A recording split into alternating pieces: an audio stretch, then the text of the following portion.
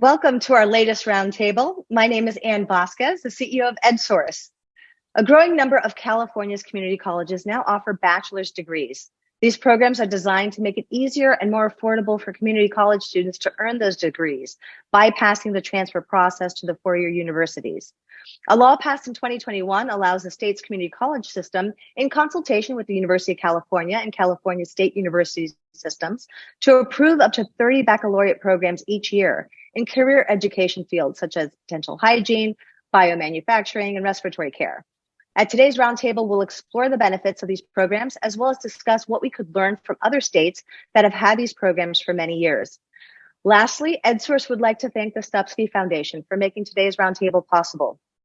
Now for our introductions. First, I'd like to welcome to our panel Dr. Constance Carroll, President and CEO of the California Community College Baccalaureate Association. She also was the longest-serving chancellor of the San Diego Community College District.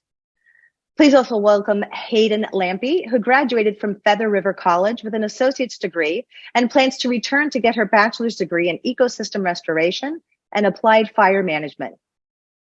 Next, I'd like to introduce Dr. Aisha Lowe, who is Executive Vice Chancellor of the California Community College's Equitable Student Learning Experience and Impact Office.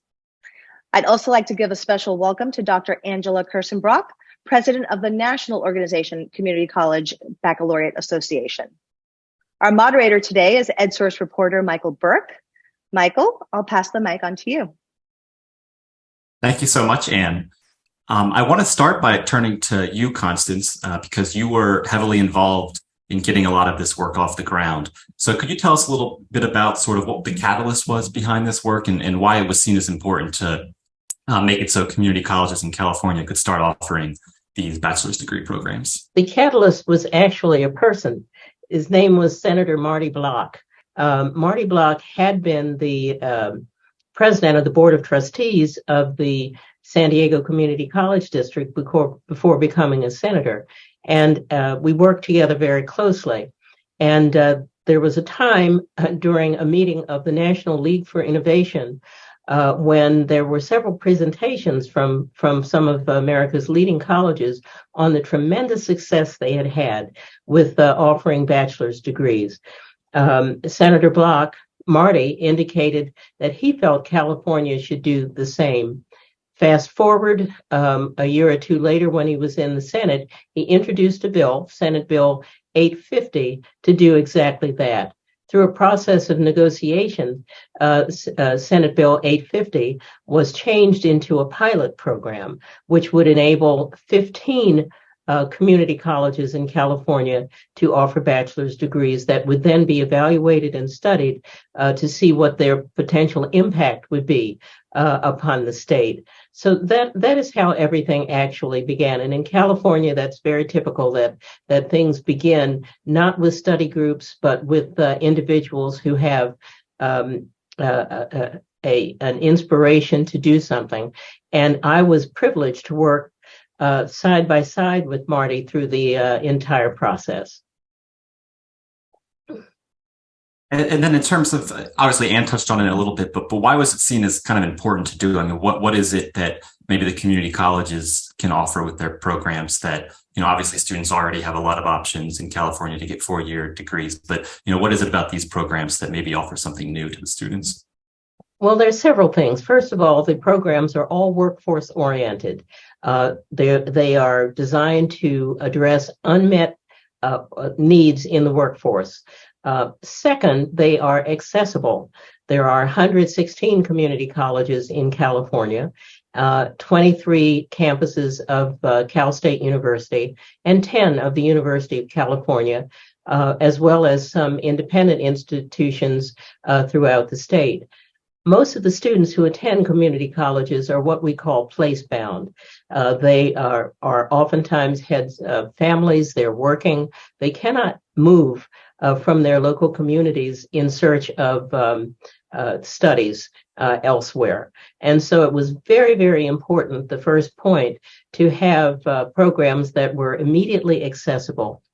Second, because they're job oriented, they're designed to meet unmet needs in the workforce of local communities. So as such, they are directly involved in providing service to local communities. And third, they are affordable. In California, all 4 years of the baccalaureate study, all four, cost $10,560 in tuition, which is almost unheard of in terms of a cost benefit for local students.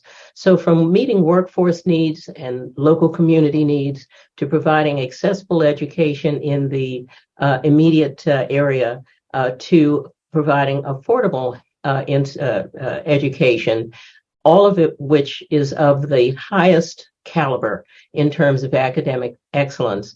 Those are the great direct benefits for these programs. Great, and I definitely want to go ahead. Sorry. Go ahead. No, go ahead, Aisha. If I could jump in there and build on what Constance just shared, right? I think all of those factors are so essential because of who the community colleges serve. Our students are predominantly low-income students, students of color, first-generation students. So having those opportunities for an affordable pathway and a local pathway to a baccalaureate degree that leads directly into a workforce outcome is so essential for the Californians that we serve in the community college system. And I think as you'll hear shortly from Hayden, right, why it's so attractive to community members, because it really is a pathway to a baccalaureate degree that's tailor-made for their needs. Yeah, Hayden, do you want to jump in and tell us a little bit about your experience? I know that, for a while you've been interested in trying to get a 4-year degree, and you considered a lot of universities. And could you tell us sort of, why you've kind of decided that maybe the program at Feather River makes the most sense for you? Yeah, absolutely. Just a little bit of background. So I graduated from Feather River College with degrees in environmental studies and in outdoor recreation leadership. It was always my intention to transfer from FRC and continue on to pursue bachelor's and eventually a master's degree. I began researching possible schools that I could transfer to, and that was probably late 2019, early 2020. I narrowed my search to 3 schools, Western Colorado State University in Gunnison, Oregon State University, Cascades and Bend, and University of Nevada, Reno. All 3 of these universities would have been good options for me. They had programs I was interested in, and they were in desirable areas. The trend for all 3 was pretty similar. The cost of living was really high. I couldn't fathom how I was going to make it work. Rentals weren't available. It was extremely expensive when they were. In some cases, like in Gunnison, there wasn't a single place even available to rent at the time. So it quickly started to feel really out of reach, and I lost a lot of enthusiasm. And then we all know what happened in the spring of 2020, and online learning in such a hands-on field as environmental studies, I knew it wouldn't work well for me. So I kind of hit the pause button on that.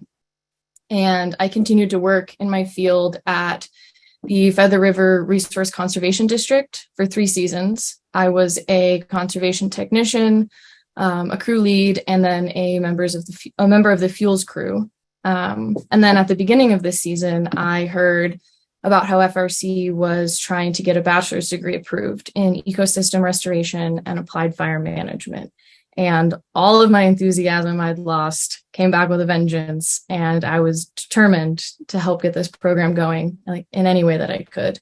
The approval of this program allows me to stay in this community that I love and I have deep roots in a place that's very dear to me, and I'll be able to stay close to my family who also live here.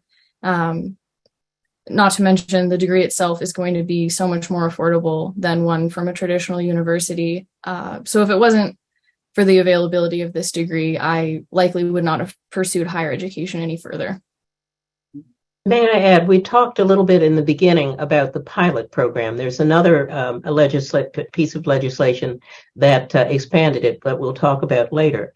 But Hayden just said something very important. She said, it allowed me to stay in the community in which I live. We have studied the results of some of the original 15 pilots, which have now had several years of experience. And 94% of the graduates, 94% of the graduates remain in California. And that is not the case with degrees elsewhere. So I think Hayden has indicated the importance of accessibility. So it's not just accessibility in the beginning, but it allows someone who makes an investment in their education to remain in their local communities with their families. And that is an important consideration. Angela, I think you wanted to jump in. Just to echo that, what it does is it prevents brain drain in those local communities. So probably the chances if Hayden had gone to Colorado or Oregon, she might have stayed there. And so the investment that her community made in her, K through 12 would have been, in some ways lost because they would have lost that resource in Hayden. So that's another reason that these degrees are so important. I mean, they're very important for rural communities to remain vibrant. So, yeah. And Hayden, can you tell us a little bit about the region where Feather River is and why this degree particularly is important to kind of, obviously there's been a lot of wildfires affecting that region. Could you sort of tell us a little bit about how maybe graduates of this program might be able to help with that? Yeah. So most recently, Plumas County is a pretty remote rural area. The Dixie Fire burned here in 2021. It burned just shy of 1 million acres and forever changed our landscape. So since then, restoration efforts have been ongoing. But Plumas County really struggles with retaining the workforce it needs to be making a more consistent effort. Plumas County can be kind of a challenging place to live. We have harsh winters, often smoky summers. It's a very remote location. So a lot of the conservation and restoration workforce sees a high turnover rate because of this.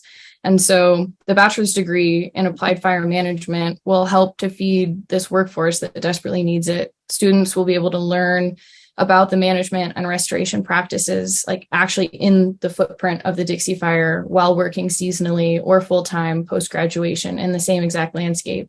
So it provides a very unique opportunity to have a workforce of people with a foundational understanding of the area, the management practices that it needs, and they already have a strong connection to the landscape before they even enter the workforce, which it'll be huge. Michael, I did want to jump in. The audience is asking some terrific questions. We have a really engaged audience today, so thank you for those. Wanted to throw out one question that was asked in terms of the types of programs offered. They're workforce focused and where the needs are.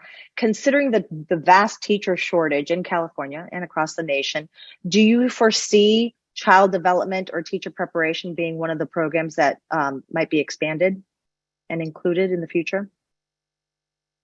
You've touched on an important point. I don't know who the question is from, but one of the considerations that had to be addressed in order to get our legislation passed, both the pilot program and then the new legislation, Assembly Bill 927, sponsored by Assemblyman Medina.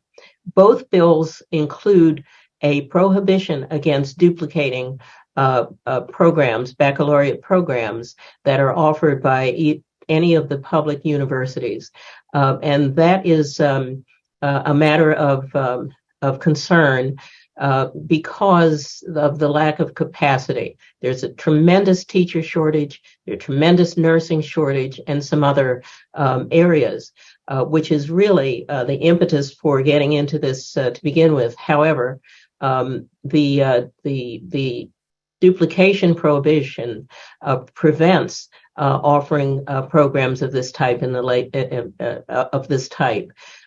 In the future, we hope to have conversations, and I don't want to affect Aisha too much, but we would be hoping to have dialogues with our public university colleagues regarding capacity and regarding potential regional efforts to provide programs that are needed that may duplicate programs elsewhere. But for now, the no duplication prevents us from getting into those areas.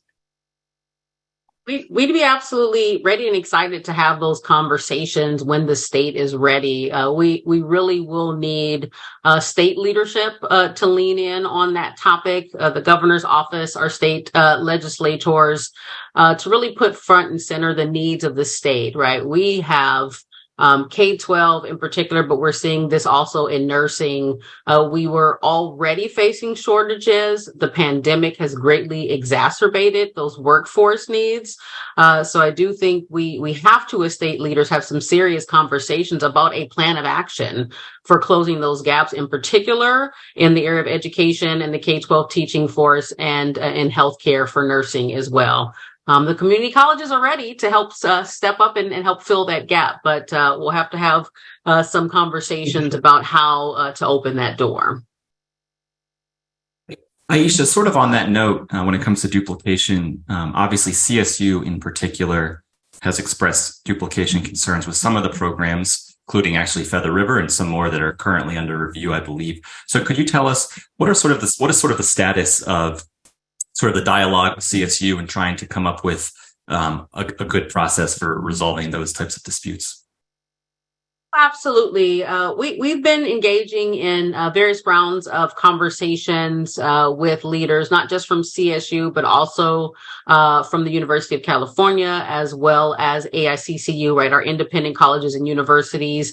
You'll see all of those entities called out in Assembly Bill 927, and really this flag for our segments to come together and to figure out how to have those conversations and how to design a process for the consideration of program duplication and ultimately the resolution of any duplication objections. And we are making good progress. It has been a lengthy process. It has been a difficult process because unfortunately, the law did not define for us what program duplication is. And certainly when we talk about something like program duplication, we're getting into an area of curriculum that is up for debate. Right? Is a program duplicative because 80% is similar or 50%? Is it a similarity among lower division coursework or upper division coursework?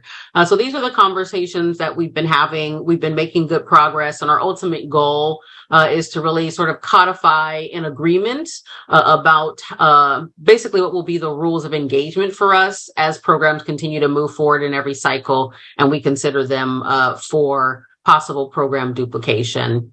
So it's moving forward. We're making good progress, but still have some ways to go. Michael, if I could jump in. Yeah. So I think that this program duplication, is really a problem. And I think a better way of looking at it is labor gap. So where is there a labor gap? I mean, it's not really a program duplication issue. It's is the concern that you'll produce too many of something that your region doesn't need. So I know several states started off with duplication and then moved to a labor gap. So in nursing, for instance, teachers in teaching, if you took a look at all of the students that the universities and others were producing, and then took a look at what the need is, then you see that there's a gap there and who can help fill that gap. I think that's what this is really, this is what this really should be about. I'm a nurse. I get a text every day from some headhunter who wants me to go to work for a while. And I know the same thing is happening in nursing. The same thing is happening in law enforcement, IT. So it really should be focused. And Aisha and Constance are so right. This really should be a labor gap issue. And that's what's happening throughout the rest of the country. And with the programs that have been up and running for some time, particularly the ones that were part of the pilot, is there any evidence or data out there that indicates that they've helped address unmet needs in the labor market? I don't know, this could be for Constance or Aisha. Absolutely. There have been numerous studies on this, and whether it's airframe manufacturing at Antelope Valley College, or biomanufacturing at Miracosta College, or health information management at Mesa College or Shasta, or a number of the community colleges that offer dental hygiene, respiratory care, and the like. The fact is that 93% of the graduates are employed, and with a salary benefit of at least $25,000 of improvement in their income. So there's a lot of information about the success of those programs. There have been two separate evaluations by the Legislative Analyst's Office demonstrating the same. And we keep tabs on what's been happening with the students. And the bottom line is this has been a massively successful change in state policy, benefiting employers, the workforce, and local communities, and most important, students. And our discussion should be entirely about what's best for students, and these programs definitely have had a benefit. I wanted to jump. Oh, please jump in, please. Sorry, Ann. Yeah, if I could just add to what Constance just shared and sort of tie it back to the previous question around program duplication as well. When we think about the concept of program duplication, I love what you said, Angela, that the focus should be on workforce needs because that's what's best for the community and for the state. And then we think about the California community college baccalaureate degrees that currently exist and the results that we're seeing for the ways in which it is helping students to get into the workforce, to make more money. We heard from Hayden about how she had closed the door on continuing her educational journey until she had this local option. I think when all of that comes together, when we talk about the impact of these programs, we really are talking about opening up a pathway typically to students who otherwise were not going to go to one of our sister campuses. We're not going to go to a CSU, or we're not going to go to a UC for a myriad of reasons, whether it's because they can't afford it, whether it's because they want to stay in their local community, whatever the reasons might be. And I think that's so important in this discussion about why do these exist? Should they exist? What is the benefit? The issues of program duplication, in addition to centering the workforce needs and the ultimate positive outcomes this will have for the state of California, is really understanding we're talking about a new pathway for students who were not going to take another pathway, right? So there really is no competition here. This is not about draining students out of the CSU system or redirecting students that would have gone to CSU or UC. This is really about creating another pathway to a baccalaureate degree for students who otherwise, for whatever reason, could not take advantage of the pathways that exist with our other public universities. And let me quantify what Taisha just said in terms of data. One of the questions that was posed to the students brought this result. 51% of the students enrolled in the baccalaureate programs in California, 51% said they would not have pursued a bachelor's degree had it not been available to them in their local community college. Thank you for that, both for those responses. I do want to go back to some questions that are being asked in the chat and the Q&A. There's a lot of questions around online and hybrid.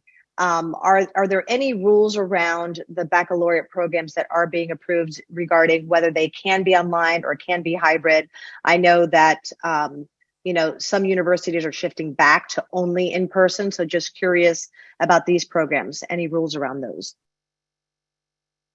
So there isn't any prohibition, if that's the question, on programs being online or hybrid.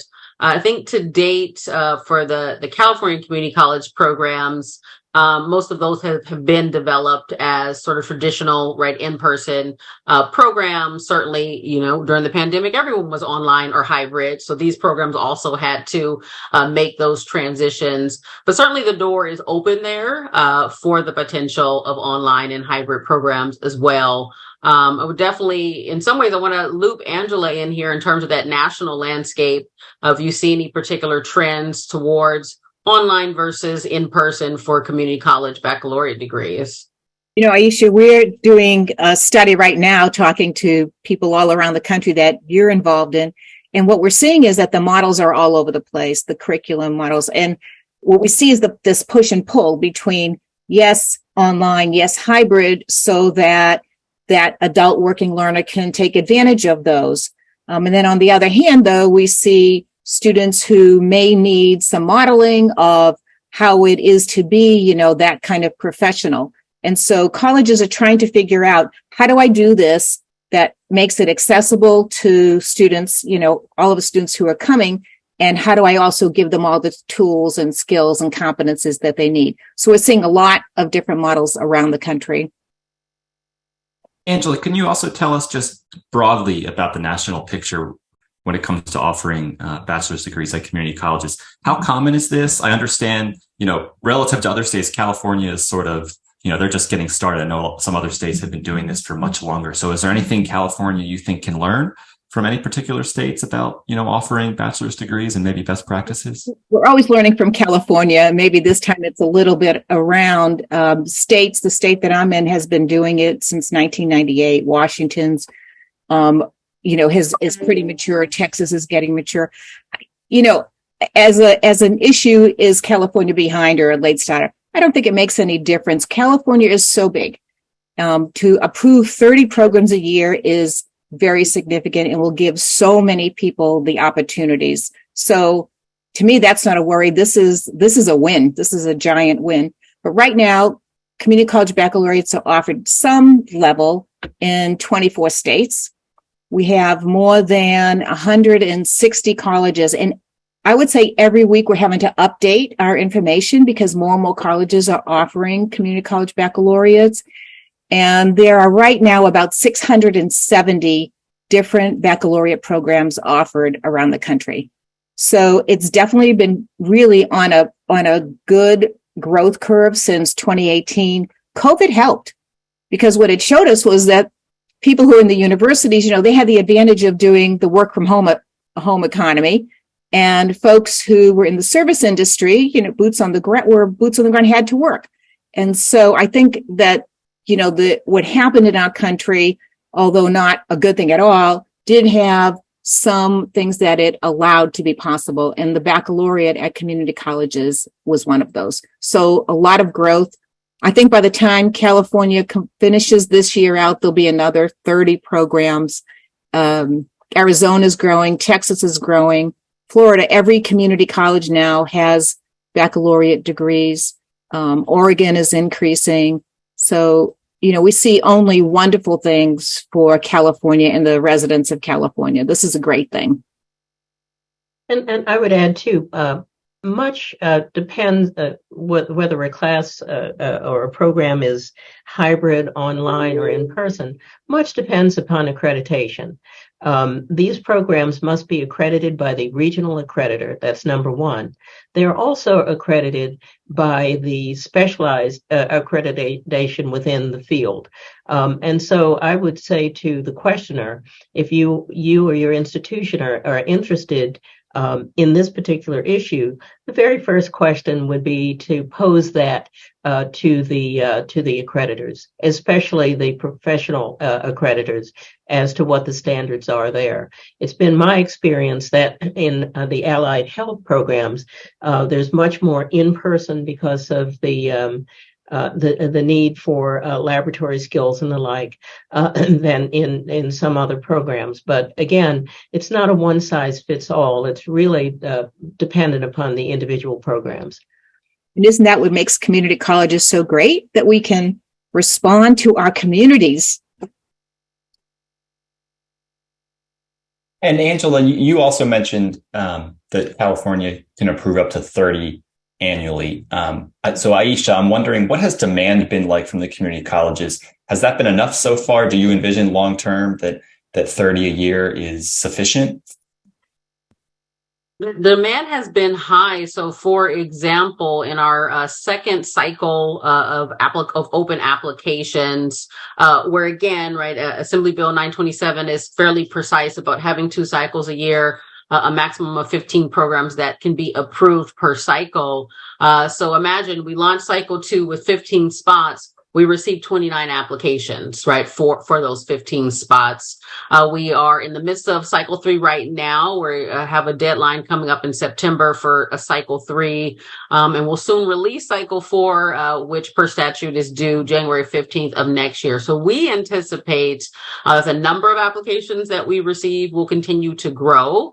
But of course, there is then a limitation on how many programs we can actually approve. So it's certainly our hope, to the points that have been made by Constance and Angela, it's certainly our hope that we, California, can someday catch up with where some of the other states are, right? That we really open up this opportunity, that we focus the analysis of a program on workforce need and community need and the benefit to students, and really open it up without having any limitations on the number of programs that we can have. And we feel confident, I would say, Constance, hopefully you would agree with me, that in the years to come, we can hopefully get there. In particular, as we continue to proliferate programs and to study those programs, as we are able to demonstrate through research and evaluation the benefit to the state, the benefit to the community, the benefit to meeting workforce needs. We're hoping that that level of evidence will then, and also let's add this to it, because I think this is a part of the big sticking point in California, and that there is no negative impact on our four-year partners, right? That's going to be an important part of an analysis of the impact of these community college degrees, that with that sort of evidence, we are hopeful that would give everyone some comfort and ease to then take off some of those barriers and really open this up more freely. Another question from the audience. There's been a lot, and EdSource has written a lot, and we've had roundtables about the increase in dual enrollment and the desire for high school students to get college credit beginning in high school. Is there a desire to create a pipeline between high school and these baccalaureate programs? And if so, are they already in the works with some of the baccalaureate programs that have come online? Is there a specific, effort to develop those pipelines? The answer, I think, Anne, is yes to all of the above.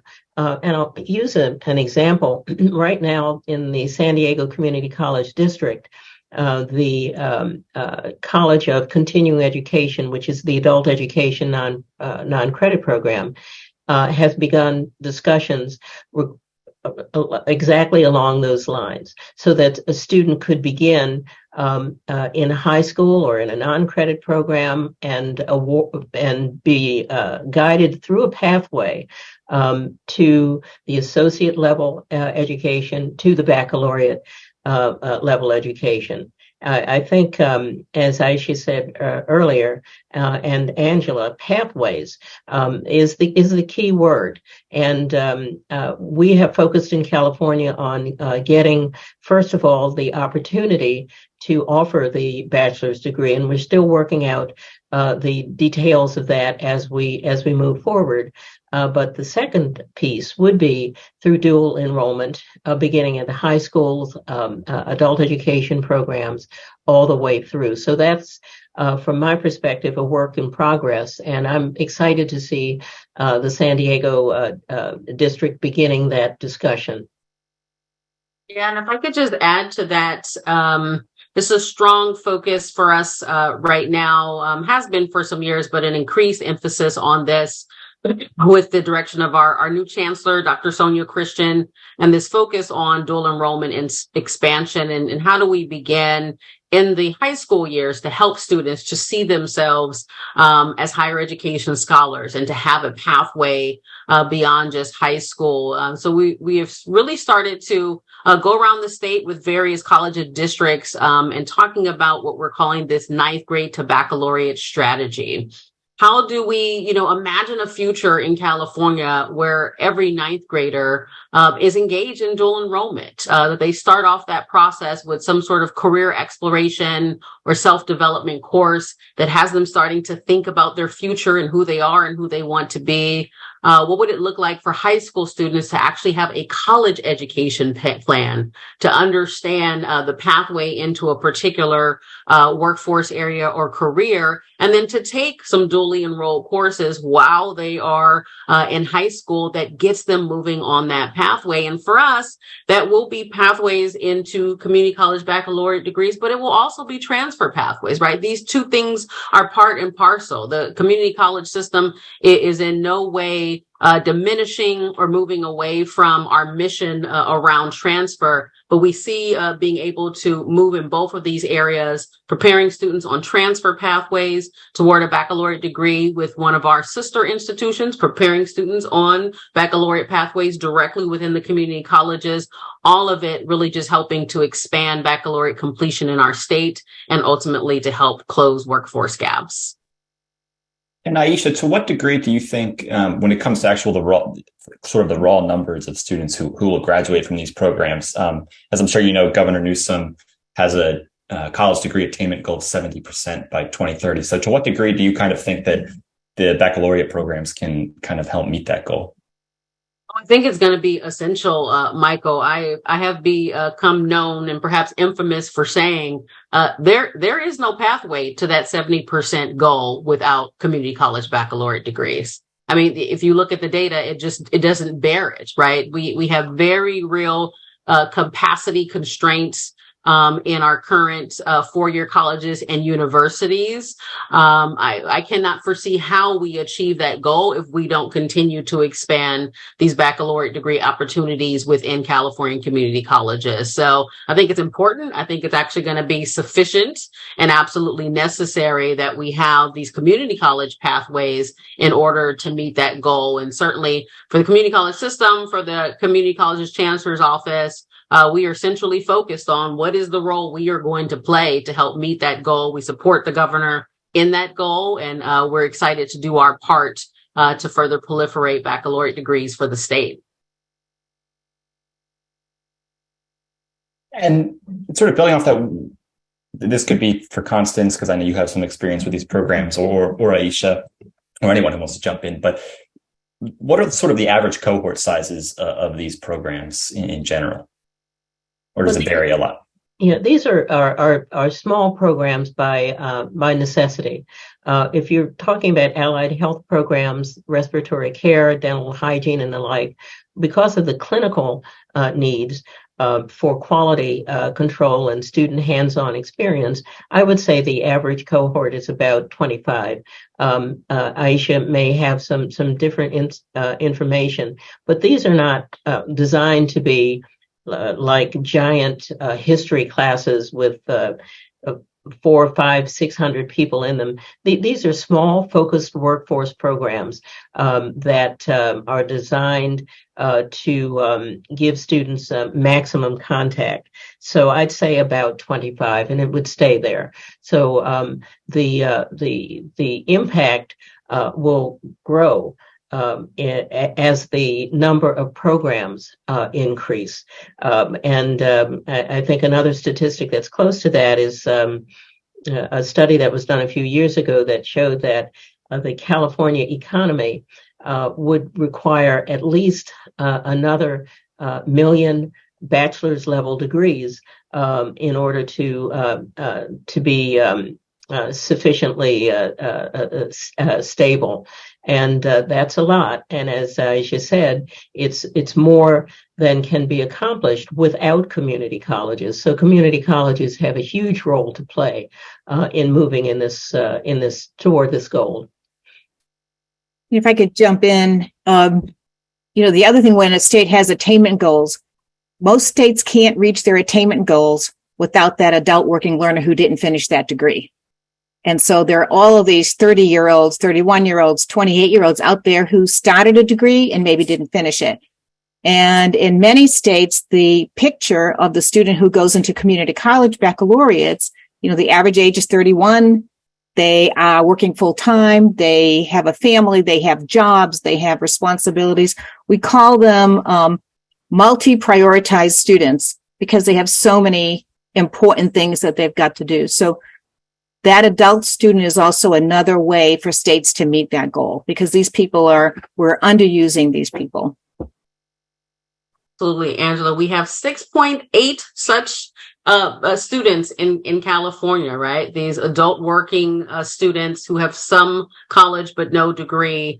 So that's going to be a central focus for us as well in the coming weeks, months, and years, is how do we further proliferate the kinds of programs that are accessible and flexible for that working adult student. Love that language around the multi-prioritized students.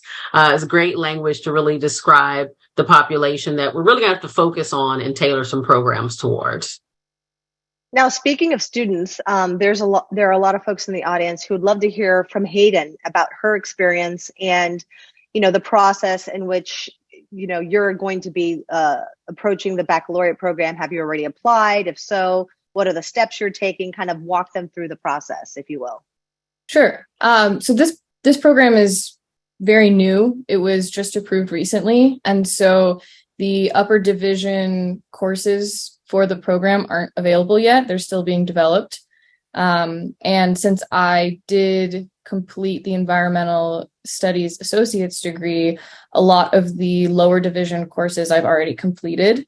So until the upper division courses become available, there's not much I can do. But when they do, yes, that's gonna be a priority. And a question for you and maybe for everyone. So what is the process? Is there any additional step to take in the application process for the baccalaureate program if you've already enrolled in the community college? How does that process look? Yes, it's my understanding that there is a separate application process, atypical from your standard like community college application. So each bachelor's degree program will have its own specific application. Yeah. Thank you. So Hayden mentioned the sort of the development of the upper division coursework. I'm curious that just broadly, is that a challenge for colleges? Is there, considering that community colleges don't traditionally offer, upper division classes, is there any challenge in terms of finding qualified faculty to teach these programs? Or have the colleges mostly been able to use faculty that are already there? Or what's that process been like?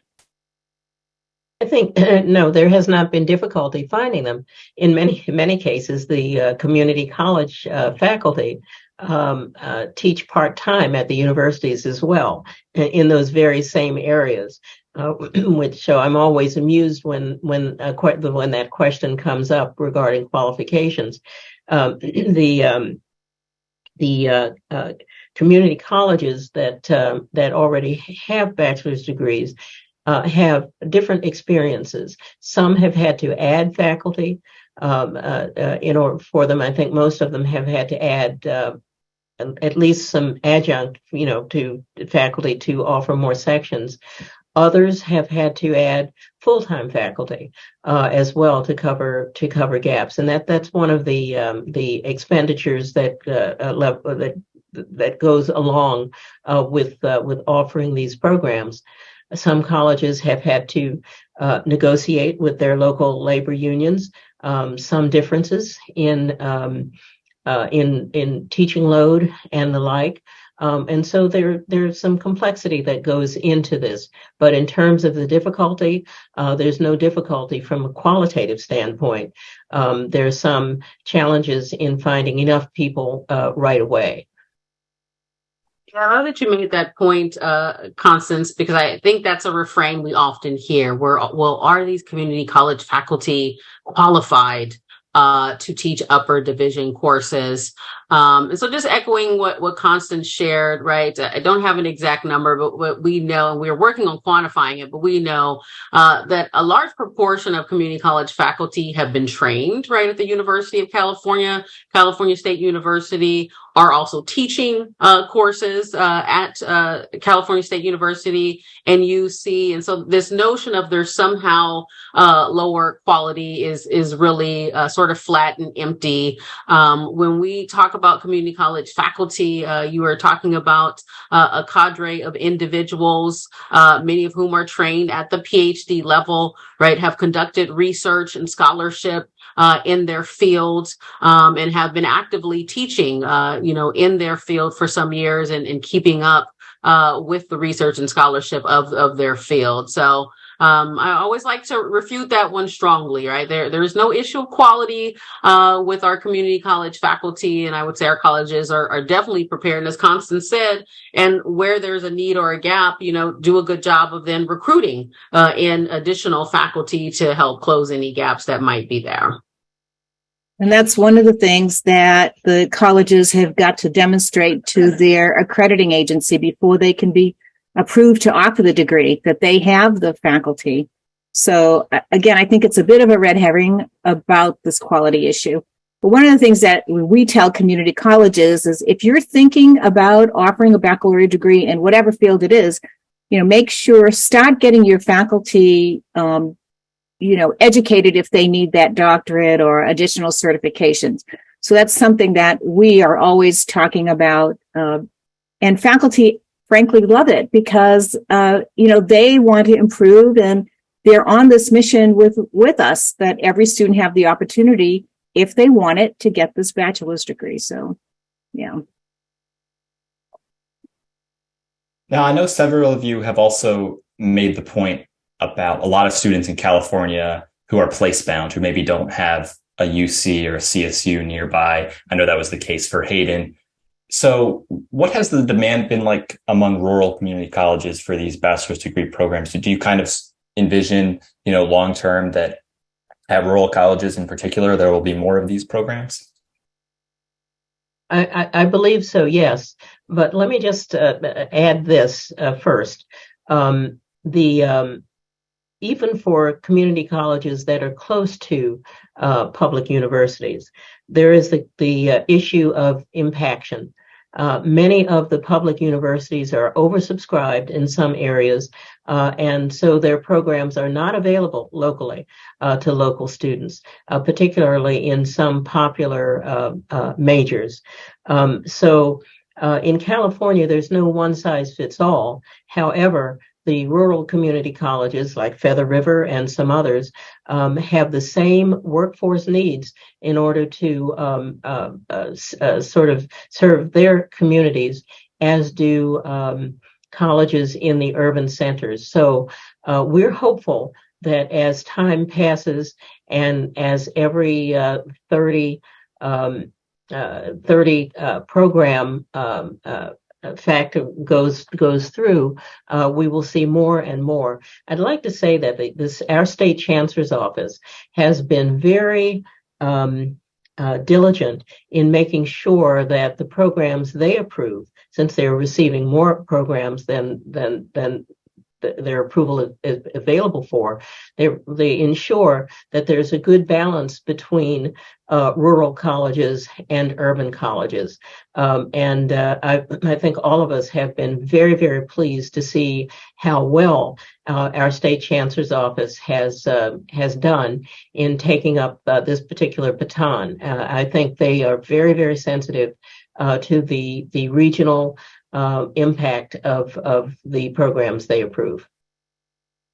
Thank you so much for that, Constance. And just building on what Constance said, I do think these are a particular benefit, right, to our rural communities that literally don't have an option.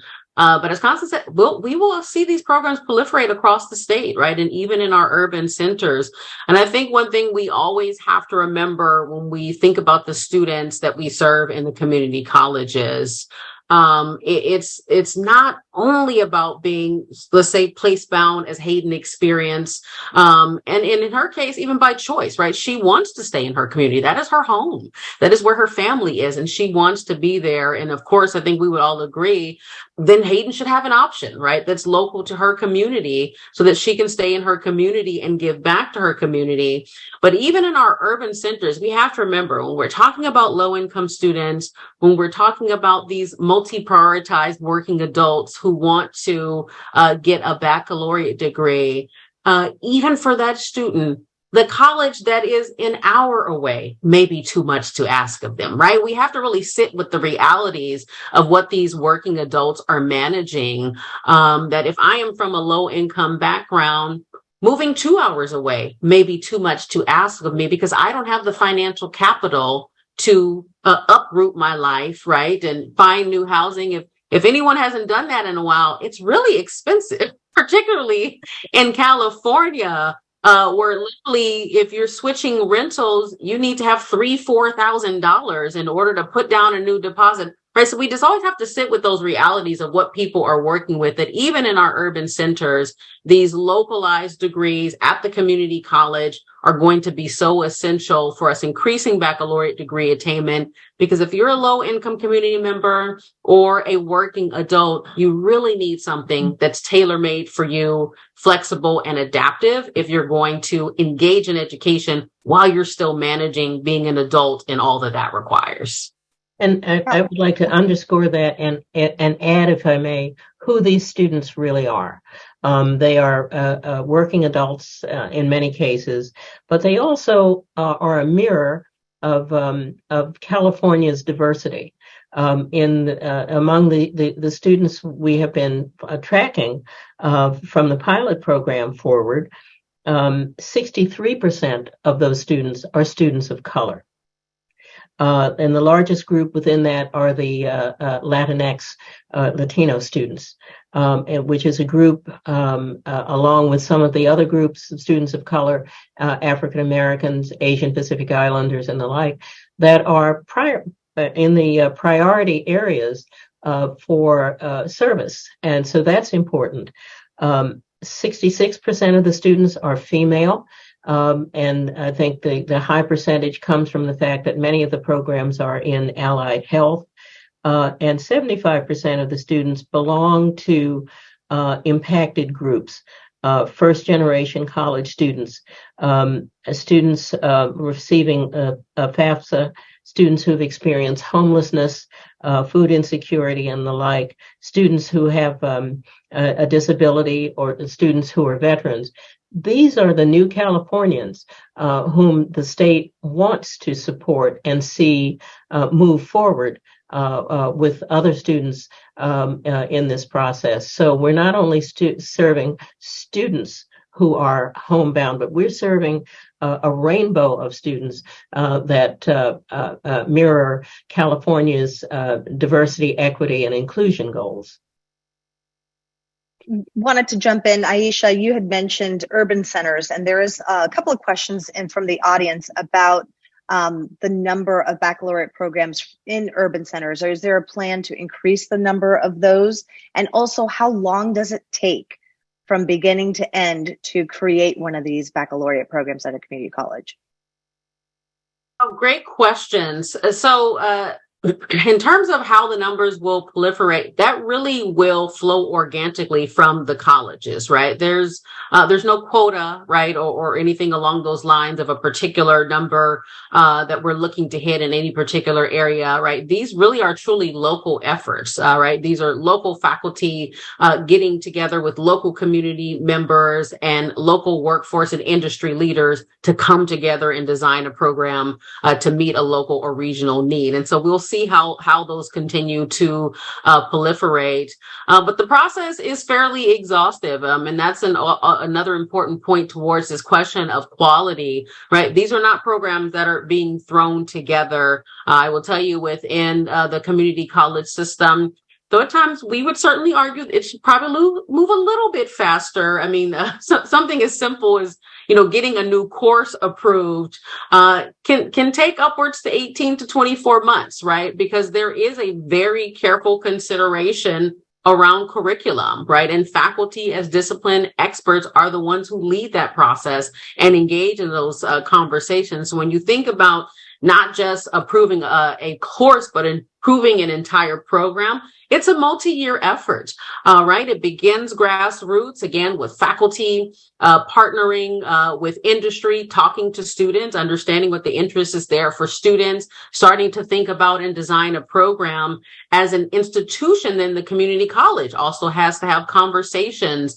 around facilities, right? And financial planning and things of that nature as they're putting together this plan. That culminates in an application that actually requires all of those components. So when a community college submits an application to the chancellor's office for consideration for approval, that is not just what is the program in terms of program objectives and learning outcomes, this course sequence, both lower and upper division, and those course descriptions, but it's also an administrative plan.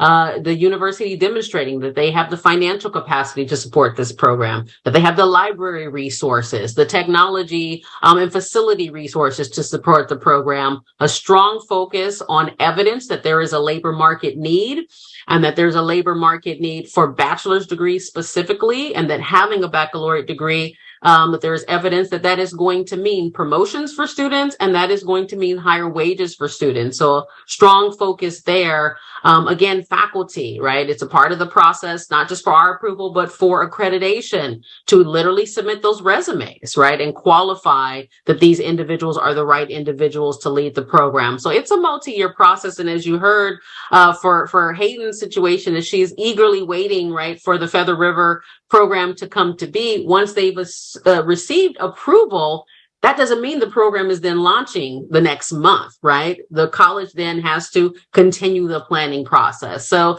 it is a multi-year process, which I think is true for most institutions of higher education in designing and implementing a program. And while it takes some time, that time is taken to carefully design a program and ensure that it's going to be a good experience for students and lead to the outcomes that students are expecting. One more question, Michael, and then I'll hand the mic back to you. But from the audience, there's been a lot of chatter about impacted majors at the four-year universities. And so when you think about the issue of duplication of programs and the desire to avoid duplicating those programs, is there discussions around those majors that are impacted at the four-year university? So even if it is a duplicate program, it's a duplicate program of an impacted major at a nearby university. I would say discussions, yes, right? We certainly in our discussions with our intersegmental counterparts are having those conversations, right? We're having conversations really on all of the things we've talked about today. We're having conversations on, okay, as we look at program duplication, where is there space for us to also take into account workforce need, right? Where is there also space for us to take into account the needs of a particular community? Where do we bring in factors like impaction and capacity and things of that nature? So we're certainly having those conversations. I would imagine, again, as we continue to implement, to evaluate and to analyze implementation, I would anticipate in future years we might be in a good place after having presented some evidence to have some of those things reconsidered even within law, right, within education code. But right now it's more of those collegial segment to segment conversations, which have been good and robust. And I was really thinking about how do we balance the needs of institutions with the needs of the students, of the communities, and ultimately of the California workforce. And Angela, can you speak on a national perspective on that issue? I mean, do other states also have codified that requirement that program baccalaureate programs at the community colleges cannot duplicate programs at the four-year institutions? Yeah, most of the other states, what they do is focus on labor gap need, really proving the labor gap need, and often asking for a third party to prove that, so that it's not just, the college doing that. Although I think the college has been a noble partner in doing that. The states typically want Let's put in another assurance. The other is that in the states that have had mature programs for a long time, Florida, Washington, we haven't seen enrollments at the universities program to program drop, their enrollments drop. So I think that that's a really good thing. But one of the things that we have seen is that their master's programs, we have master's pathways for students who never even thought they were going to complete a bachelor's degree. Now they're completing bachelor degrees, and community colleges are actively saying, you know, if you want, you can go on and get a master's degree and have it. And the community colleges are making those partnerships with universities. So I think that those are all really good things that, you know, California is going to see over the next few years. But enrollments have not dropped. The only impact where we see them would be enrollments in the for-profit private colleges.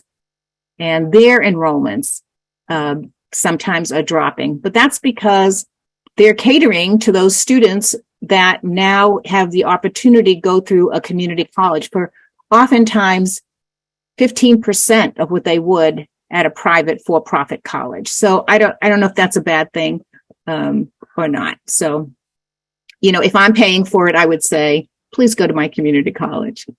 You know. Well, I know I promised I'd hand the mic back to Michael. However, we're already at the hour. It has flown by. I think because you all have been such an engaging panel. The audience has been asking some wonderful questions. We've had, gosh, if I'm counting very quickly, almost 200 questions or thereabouts. And so thank you all for your time today and for taking Hayden. Thank you and good luck to you in your education pursuits, for taking the time today to have a conversation around a really important issue. I know that your time is precious, and I know that the summertime is also difficult for folks to come together. So thanks for everyone involved. And also a big thanks to the Stupsky Foundation, again, for sponsoring today's roundtable.